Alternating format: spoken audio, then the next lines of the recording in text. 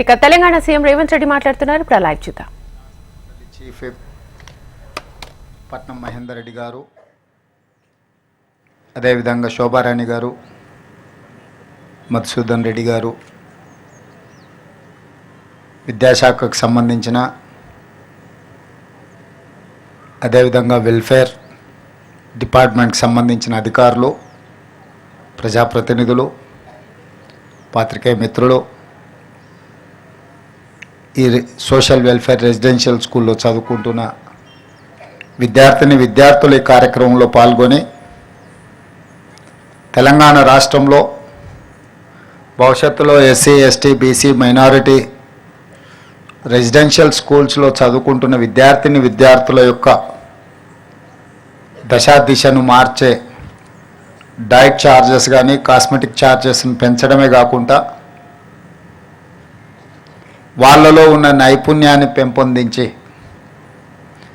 తెలంగాణ రాష్ట్ర పునర్నిర్మాణంలో వాళ్ళందరినీ భాగస్వాములను చేయాలని రాష్ట్ర ప్రభుత్వం ఈ ప్రతిష్టాత్మకమైన కార్యక్రమాన్ని రాష్ట్ర స్థాయిలో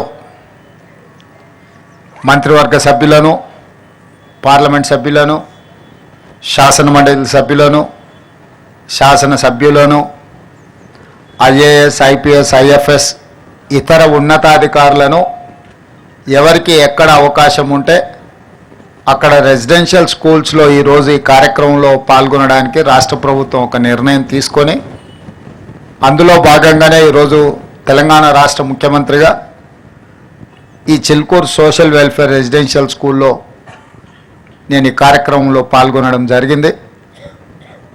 ఇక్కడికి వచ్చే వరకు ఇక్కడ ఇంత అద్భుతమైన రెసిడెన్షియల్ స్కూల్, అదేవిధంగా మల్టీ టాలెంటెడ్ స్టూడెంట్స్, వివిధ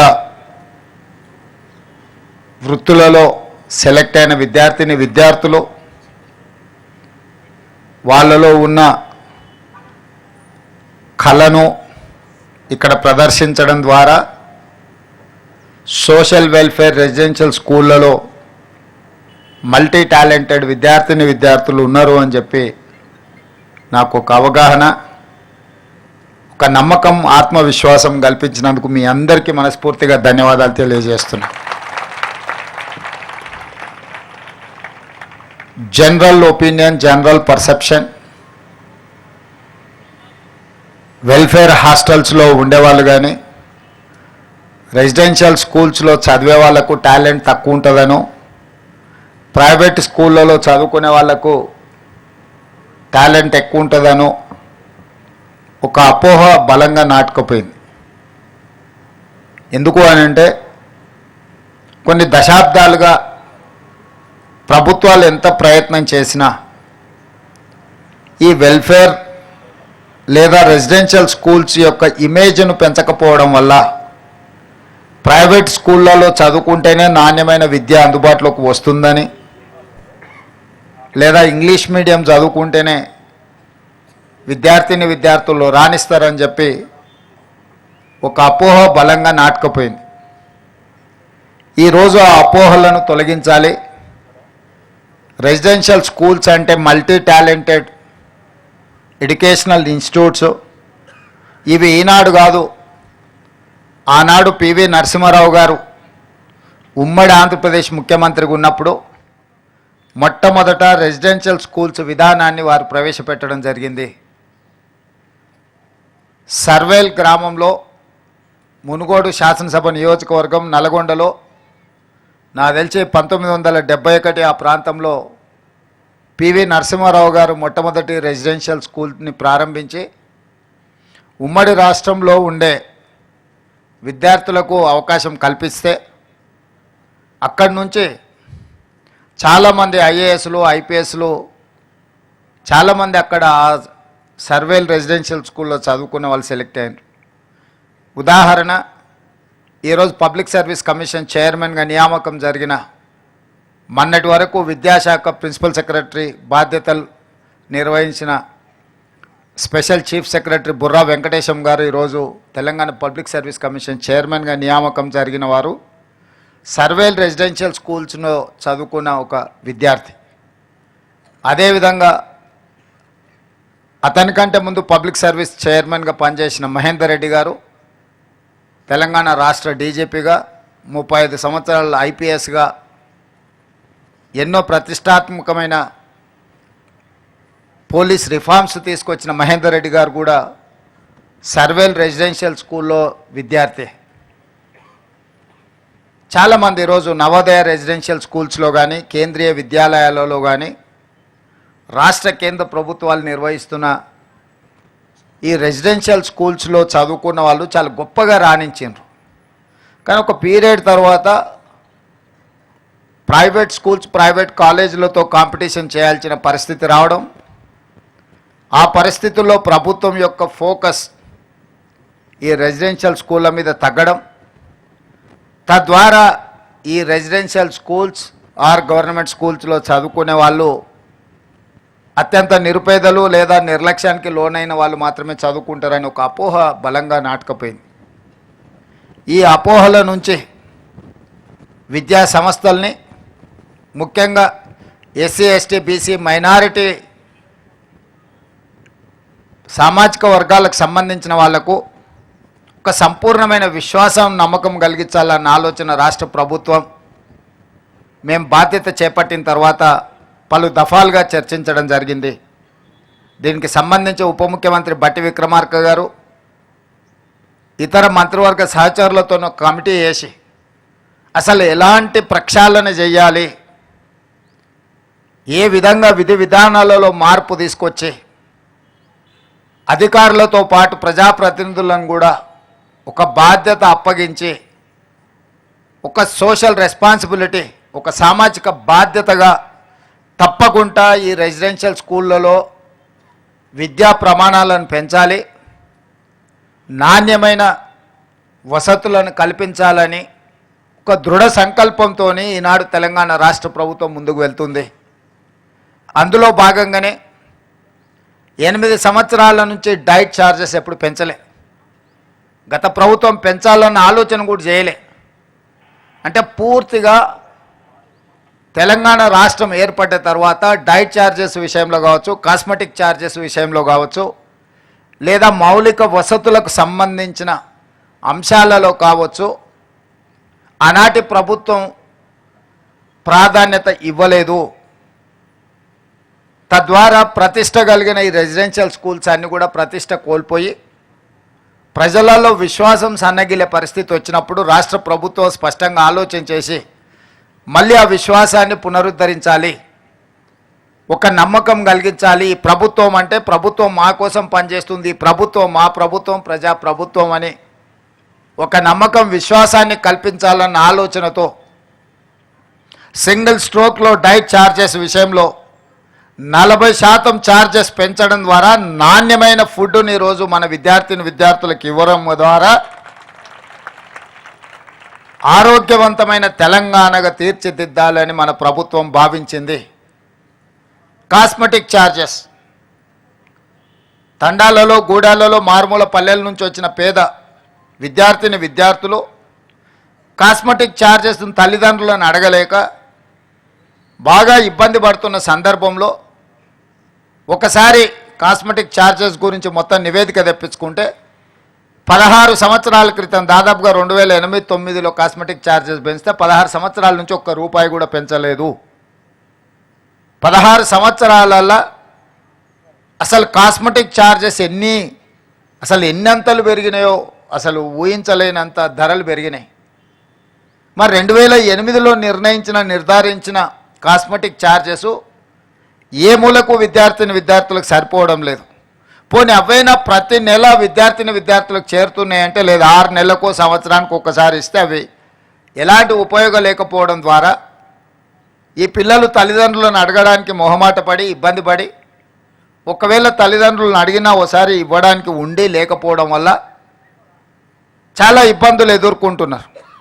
అందుకే ఈరోజు కాస్మెటిక్ ఛార్జెస్ 16 సంవత్సరాల తర్వాత పెంచుతున్నాం కాబట్టి మోర్ దాన్ 200% ఈరోజు మనం పెంచుకోవడం జరిగింది. స్వతంత్రం వచ్చినప్పటి నుంచి ఈ రోజు వరకు diet charges at a time 40% పెంచడం కానీ కాస్మెటిక్ ఛార్జెస్ 200% పైగా పెంచడం అనేది జరగలేదు. మొదటిసారి తెలంగాణ రాష్ట్ర ఏర్పాటులో, తెలంగాణ రాష్ట్ర ప్రభుత్వంలో ఈనాడే ఇంత గొప్పగా ఛార్జెస్ పెంచడం జరిగింది. ఇంతటితో మా బాధ్యత తీరలేదు, నెరవేరలేదు. ఇది మొదటి పునాది రాయి మాత్రమే. ఈరోజు నేను శాఖకు సంబంధించిన అధికారులతో పాటు బోధనా సిబ్బందికి, బోధనేతర సిబ్బందికి కొన్ని అంశాలు నేను ప్రస్తావించదలుచుకున్నా. ఈరోజు తెలంగాణ రాష్ట్రంలో దాదాపుగా 26,000 ప్రభుత్వ పాఠశాలలు, రెసిడెన్షియల్ స్కూల్స్ ఉన్నాయి, 26,000+. 26,000 పాఠశాలలలో విద్యార్థులు చదువుకుంటున్నది 23 లక్షల మంది. అదే ప్రైవేట్లో 11,000 పాఠశాలలు ఉంటే 11,000 ప్రైవేట్ పాఠశాలలలో ఈరోజు 33 లక్షల మంది విద్యార్థులు చదువుకుంటున్నారు. నేను సూటిగా మా ప్రభుత్వ టీచర్లను నేను అడుగుతున్నా, ప్రైవేట్ స్కూల్స్లో చదువులు చెప్తున్న వాళ్ళు మీకంటే ఎక్కువ విద్యా ప్రమాణాలు ఉన్నవాళ్ళ? మీకంటే వాళ్ళకి ఏమైనా జీతభత్యాలు ఎక్కువ ఉన్నాయా? మీ స్కూల్స్లో ఉన్న మౌలిక వసతుల కంటే ప్రైవేట్ స్కూళ్ళలో ఎక్కువ ఏమైనా ఉన్నాయా? మరి ఎందుకు 26,000 ప్రభుత్వ పాఠశాలలలో 23 లక్షల మంది విద్యార్థులు చదువుకుంటే 11,000 ప్రైవేట్ పాఠశాలల్లో 33 లక్షల మంది విద్యార్థులు చదువుకుంటున్నారు? గ్రామాలలో పేదవాళ్ళు కూలికి పోయి అయినా సరే కూడబెట్టి పిల్లల్ని ప్రైవేట్ పాఠశాలలకు పంపించాలి, ఇంగ్లీష్ మీడియంలో చదివించాలని వాళ్ళు నానా తాపత్రయపడుతున్నారు. నిజంగా మనందరి బాధ్యత ప్రభుత్వ పాఠశాలలో నాణ్యమైన విద్యను అందించడం ద్వారా ఈ పిల్లల్ని డాక్టర్లుగా, లాయర్లుగా, ఇంజనీర్లుగా, వివిధ సబ్జెక్ట్స్లో వీళ్ళని నిపుణులుగా తయారు చేసి ఈ దేశ సంపదగా వీళ్ళని మారుస్తే ఈ రాష్ట్ర భవిష్యత్తు కాదు, ఈ దేశ భవిష్యత్తు, ప్రపంచానికి విజ్ఞానాన్ని అందించగలిగిన శక్తి మన విద్యార్థులకు ఉంది. ఈరోజు అమెరికాలో ఉండే సిలికాన్ వ్యాలీకి వెళ్తే మన తెలుగు వాళ్ళు 60% ఉంటారు. ఈ మల్టీ టాలెంటెడ్ స్టూడెంట్స్ని మీరు ఎందుకు గవర్నమెంట్ రెసిడెన్షియల్ స్కూల్స్లో, ఎందుకు గవర్నమెంట్ స్కూల్స్లో నుంచి మనం ప్రొడ్యూస్ చేయలేకపోతున్నాము? ఎందుకు వెనుకబడుతున్నాము? మనం ఎందుకు ఆత్మ పరిశీలన చేసుకోకూడదు? మనం ఎందుకు ఇది మన బాధ్యత అని మనం ఆలోచన చేయకూడదు? అది ప్రభుత్వంలో ఉన్న మా నుంచి మొదలు పెడితే వివిధ శాఖలలో, వివిధ హోదాలలో పనిచేస్తున్న అధికారుల వరకు, అదేవిధంగా బోధనా సిబ్బంది వరకు ఇది మన బాధ్యత కాదా? ఈరోజు మనం ఆ పిల్లలను వాళ్ళకు సరైన విధంగా వసతులు కల్పించకపోతే మనం సమాజానికి చేస్తున్న ద్రోహం కాదా? ఈరోజు వెల్ఫేర్, డెవలప్మెంట్ 2 కళ్ళ లాంటివి. కానీ వెల్ఫేర్లో పెట్టేది ప్రతి పైసా ఖర్చు కాదు. ముఖ్యంగా విద్యాశాఖ మీద, విద్యార్థుల మీద మనం పెడుతున్న పెట్టుబడి ఖర్చు కాదు. అది భవిష్యత్తు కోసం పెట్టుబడి. భవిష్యత్తు పునర్నిర్మాణంలో తెలంగాణ రాష్ట్రం అభివృద్ధి సాధించాలి అని అంటే అది పెట్టుబడిగా చూడాలి. ఈరోజు మన వెల్ఫేర్ హాస్టల్స్లో వాళ్ళ కోసం విద్యార్థులకు ఇస్తున్న డైట్ ఛార్జెసో, లేకపోతే కాస్మెటిక్ ఛార్జెసో, లేదా ఇన్ఫ్రాస్ట్రక్చర్ మీద, అవి స్టేడియంలు కావచ్చు, వాళ్ళకున్న వసతులు కావచ్చు. చాలాసార్లు టీవీలలో, పేపర్లలో చూస్తుంటాం, వందలాది మంది విద్యార్థులు ఉంటారు, 4 టాయిలెట్స్ ఉన్నాయని పెద్ద క్యూ చూపిస్తుంటారు. లేకపోతే తాగడానికి నీళ్లు లేవు, నీళ్ళు ఎక్కడికే వెళ్ళి మధ్యాహ్నం లంచ్ టైంలో వాళ్ళు నానా ఇబ్బంది పడుతున్నారు.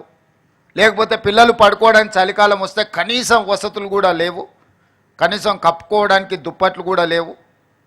పాఠశాల ప్రారంభోత్సవ రోజుల్లోనే వాళ్లకు స్కూల్ డ్రెస్సెస్ కానీ, లేకపోతే టెక్స్ట్ బుక్కులు కానీ ఇతర ఇవ్వడం లేదు అని మనం ఇప్పటికీ టీవీలలో, పేపర్లలో చూస్తున్నాం. ప్రతిసారి అకాడమిక్ ఇయర్ స్టార్టింగ్లో ఈ సమస్యలన్నిటిని చూస్తున్నాం. మరి 40, 50, 60, 70 ఏండ్ల నుంచి మనం నేర్చుకున్నది ఏంది? మనకు తెలుసు నెక్స్ట్ ఇయర్ జూన్లో అకాడమిక్ ఇయర్ స్టార్ట్ అవుద్ది అని. మరి జూన్లో స్కూల్స్, కాలేజీలు స్టార్ట్ అవుతున్నాయంటే మనం 1 సంవత్సరం ముందు నుంచే నెక్స్ట్ ఫైనాన్షియల్ ఇయర్కి ప్రణాళిక చేసుకొని ఏ విధంగా వాళ్ళకు స్కూల్ డ్రెస్ల నుంచి మొదలు పెడితే వాళ్ళకి పాఠ్యపుస్తకాల వరకు విత్ ఇన్ ద టైం అందించాలి అన్న ఆలోచన మనం ఎందుకు ప్రణాళికబద్ధంగా చేసుకోలేకపోతున్నాము? మనం ఐఏఎస్లని ఇంత ఉన్నతాధికారులను ఇంత వ్యవస్థను పెట్టుకొని ఈ వ్యవస్థ ఈ సమస్యను పరిష్కరించడానికి ఎందుకు మనం ప్రణాళికబద్ధంగా ముందుకు వెళ్తలేము? ఇది ప్రభుత్వ పరంగా మనం ఆత్మ పరిశీలన చేసుకోవాల్సిన అవసరం ఉన్నది. పిల్లలు అకాడమిక్ ఇయర్ స్టార్ట్ అయినాక పుస్తకాలు రాకపోతే 6 నెలల తర్వాత మనం ఇస్తే ఏం ప్రయోజనం? ఆ స్కూల్ పిల్లలకి ఇవ్వాల్సిన స్కూల్ డ్రెస్సులు విత్ ఇన్ ద టైం ఇవ్వకపోతే వాటి ప్రయోజనం ఏంది? ఇట్లాంటి సమస్యల్ని, ప్రతి సంవత్సరం వచ్చే సమస్యలు శాశ్వతంగా వీటికి ఒక పరిష్కారం చూపించాల్సిన బాధ్యత పాలకుల మీద, ప్రభుత్వం మీద, ఉన్నత అధికారుల మీద ఉన్నది. ఈ బాధ్యత నుంచి మనం తప్పించుకోలేము, ఈ బాధ్యత నుంచి మనం పారిపోలేము. ఈ బాధ్యతను సామాజిక బాధ్యతగా మనం తీసుకోవాల్సిన అవసరం ఉన్నది. అదేవిధంగా నిన్న మనం చాలా హాస్టల్స్ వీటిలో ఫుడ్ పాయిజన్ అయినట్టు పిల్లల్ని హాస్పిటల్కు తీసుకెళ్ళి ఈ మధ్యకాలంలోనే ఒక అమ్మాయి చనిపోవడం అనేది ఆ తల్లిదండ్రులకు ఎంత బాధ ఉంటుంది. ఆర్థిక పరిస్థితి బాలేకపోవడం వల్ల తల్లిదండ్రులు వాళ్ళ పిల్లల్ని హాస్టల్స్లో పెడుతుండ్రు, కానీ వాళ్ళ పిల్లల మీద ప్రేమ లేక కాదు కదా. వందలాది కోట్ల రూపాయలు సంపాదించిన తల్లిదండ్రులకు వాళ్ళ పిల్లల మీద ఎంత ప్రేమ ఉంటుందో, రోజు కూలీ చేసుకున్న పేదవాడికి కూడా తన కన్నబిడ్డల మీద అంతకంటే ఎక్కువ ప్రేమ ఉంటుంది తప్ప తక్కువేం ఉండదు. శ్రీమంతులకు వాళ్ళ పిల్లల పట్ల ఎక్కువ ప్రేమ ఉంటుంది, పేదలకు ప్రేమ తక్కువ ఉంటుంది అన్న భావన సరైనది కాదు. మరి వాళ్ళ పిల్లలు మనల్ని నమ్మి, ఈ ప్రభుత్వాన్ని నమ్మి, ఈ సిబ్బందిని నమ్మి ఈ రెసిడెన్షియల్ స్కూల్స్లో వాళ్ళ పిల్లలను చేర్పిస్తే వాళ్ళ సంక్షేమము, వాళ్ళ యోగక్షేమాలు మనం సరైన విధంగా చూడకుండా నిర్లక్ష్యం చేస్తే ఆ పిల్లలు చనిపోతే ఆ బాధ్యత ఎవరు తీసుకోవాలి? ఇది మన గౌరవం, మన ప్రతిష్టను పెంచేదా, లేకపోతే మన గౌరవ ప్రతిష్ట మసకబారేదా? ఈరోజు మనందరం ఆత్మ పరిశీలన చేసుకోవాలి. ఇట్లాంటి సంఘటనలు పునరావృతం కాకుండా చూసుకోవాల్సిన బాధ్యత ప్రభుత్వం మీద ఉన్నది, సిబ్బంది మీద ఉన్నది. కొన్నిసార్లు మనం ఏదైనా డైట్ విషయంలో లేకపోతే మౌలిక వసతుల విషయం మాట్లాడితే మాకు 6 నెలలు 8 నెలలు బిల్లులు రావడం లేదు, కిరాణా కొట్టుల్లో మేము అప్పు తెచ్చి నడిపిస్తున్నాం, 8 నెలలు మేము మా అప్పులకు మిత్తిలు కట్టాలంటే మేము ఎక్కడో ఒక దగ్గర నాణ్యత తగ్గించాల్సిందే అన్నట్టుగా చర్చలు వస్తున్నాయి. అందుకే ఈనాడు ప్రభుత్వం స్పష్టంగా నిర్ణయం తీసుకున్నది, ఎవ్రీ మంత్ 10th లోపల గ్రీన్ ఛానల్ ద్వారా అన్ని నిధులు ఈ రెసిడెన్షియల్ స్కూల్స్కి, హాస్టల్స్కి, కాలేజెస్కి సంబంధించిన ప్రతి రూపాయి 10 తారీఖు లోపల గ్రీన్ ఛానల్ అడగాల్సిన పని లేకుండా స్ట్రైట్గా వాళ్ళ ఖాతాలకు పోయే విధంగా, అది డైట్ ఛార్జెస్ కావచ్చు, కాస్మెటిక్ ఛార్జెస్ కావచ్చు, ఇతర విద్యా సంస్థల నిర్వహణకు సంబంధించిన నిధులు ప్రతి నెల 10 తారీఖు లోపల ఆటోమేటిక్గా విడుదలయ్యేటట్టు ఈ మధ్యనే ఆర్థిక శాఖ మంత్రి గారికి, అధికారులకు నేను ఆదేశాలు ఇవ్వడం జరిగింది. ప్రతి నెల నేనే స్వయంగా పర్యవేక్షించి మీకు చేరడానికి అవసరమైన అన్ని నిర్ణయాలు తీసుకోవాలని ఈరోజు ప్రభుత్వం